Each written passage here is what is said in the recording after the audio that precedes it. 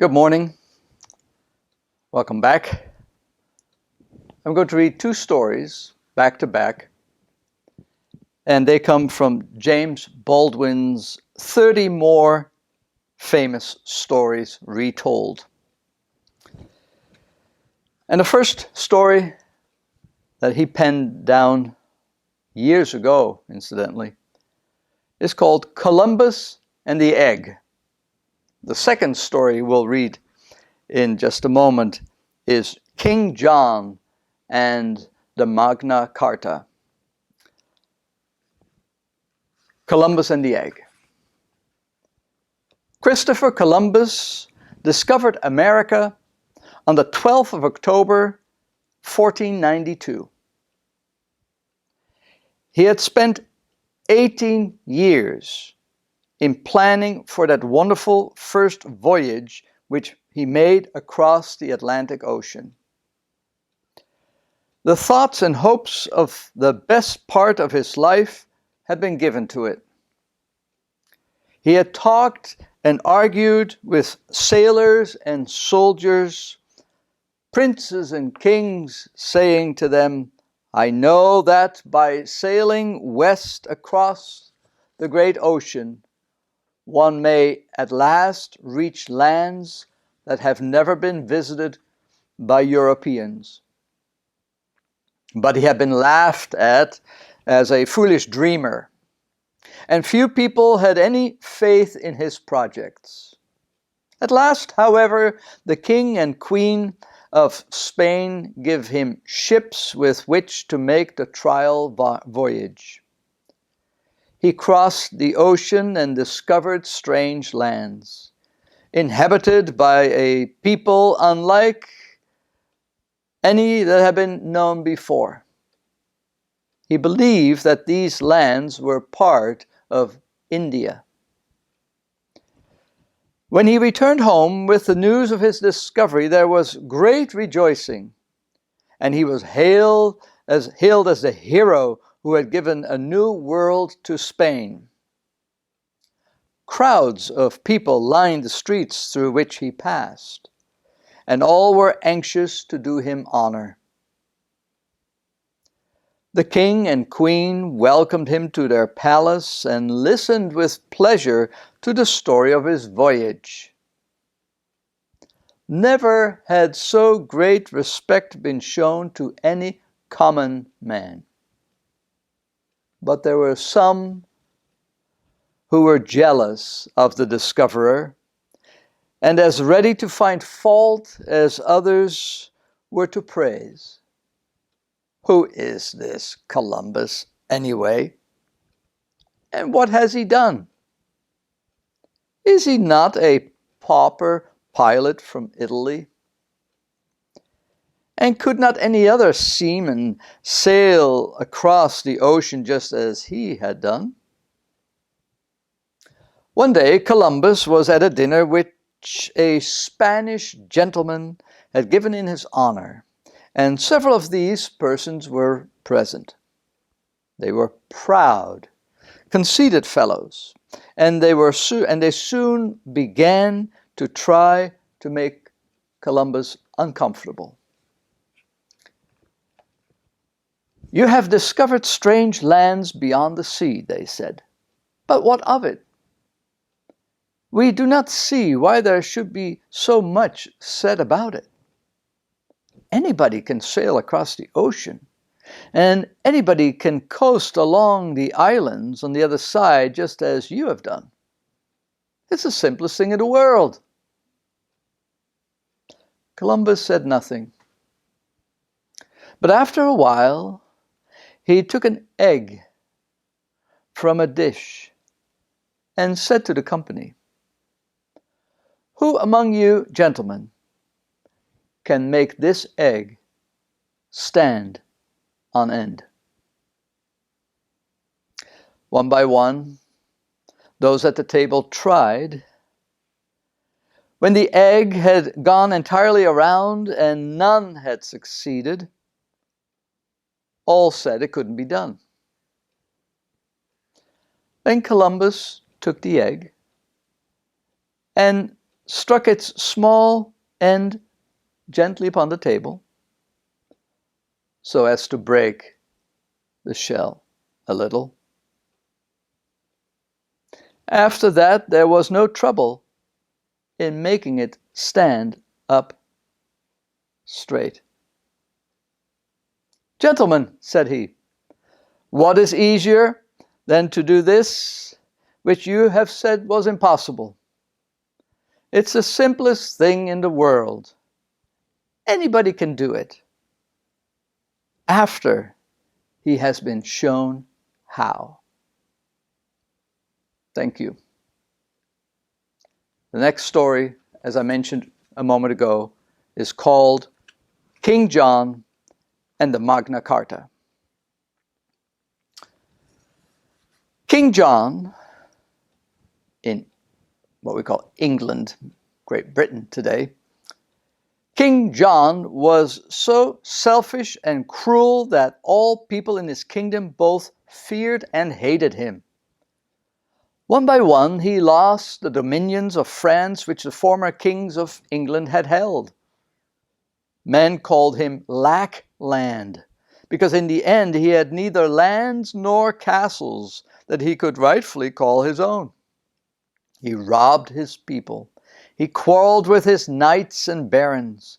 He often offended all good men. He formed a plan for making war against King Philip of France and called upon his barons to join him.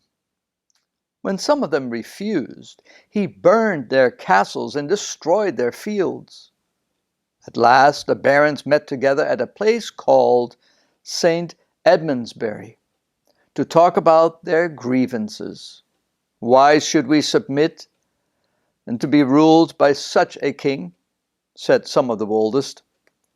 But most of them were afraid to speak their minds.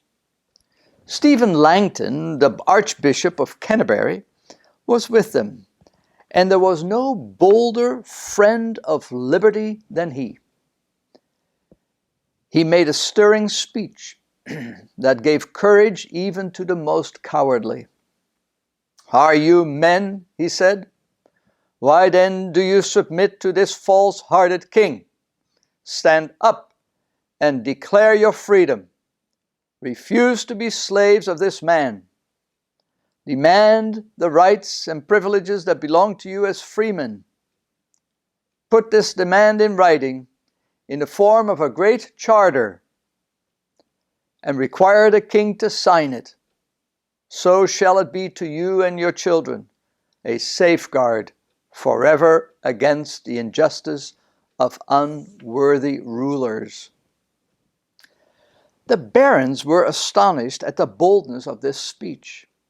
Some of them shrank back in fear, but the bravest among them showed by their looks and gestures that they were ready to make a bold stand for liberty. "Come forward," cried Stephen Langton.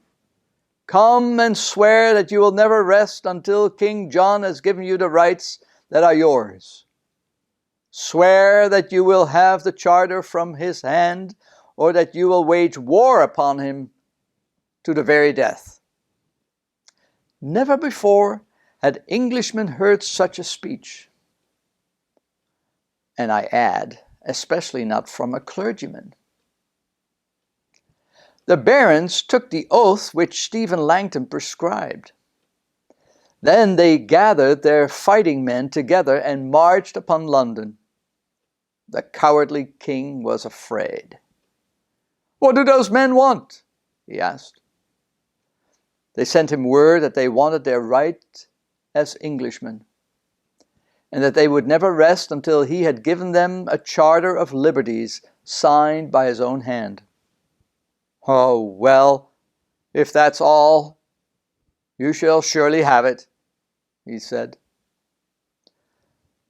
But he put him off with one excuse and another.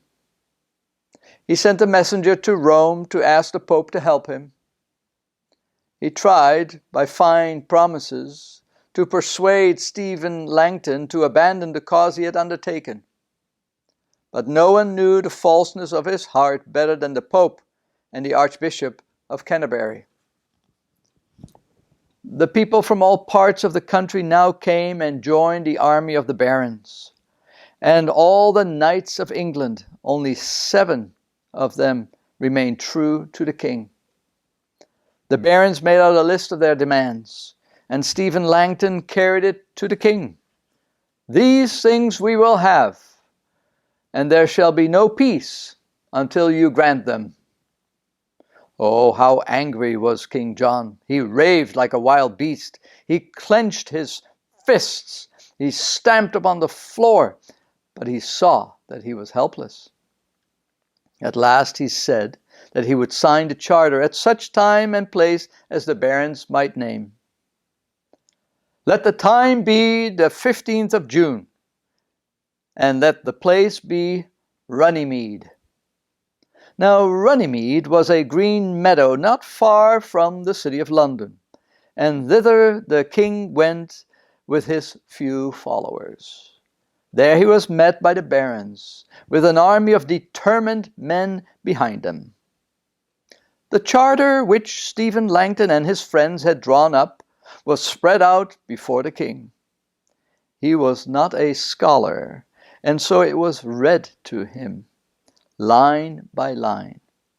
It was a promise that the people should not be oppressed, that the rights of the cities and boroughs should be respected, that no man should be imprisoned without a fair trial, that justice should not be delayed or denied to anyone. Pale with anger, the king signed the charter, and then rode back to his castle at Windsor. As soon as he was in his own chamber, he began to rave like a madman.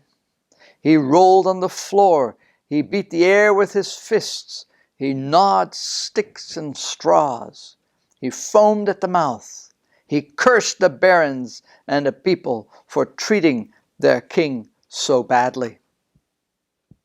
But he was helpless. The charter was signed, the Magna Carta, or the Grand Charter, to which Englishmen still point as the first safeguard of their rights and liberties.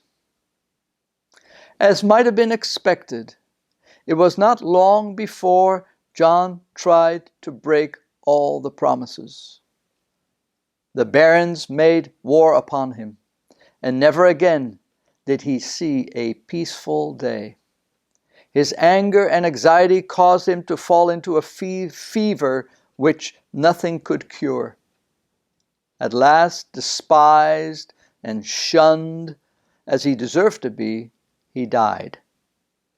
I doubt if there was an eye in England that wept for him. Thank you very much. This is Chaplain Fritz at Bethany Home in Ripon, California. Have a great day, and God bless you.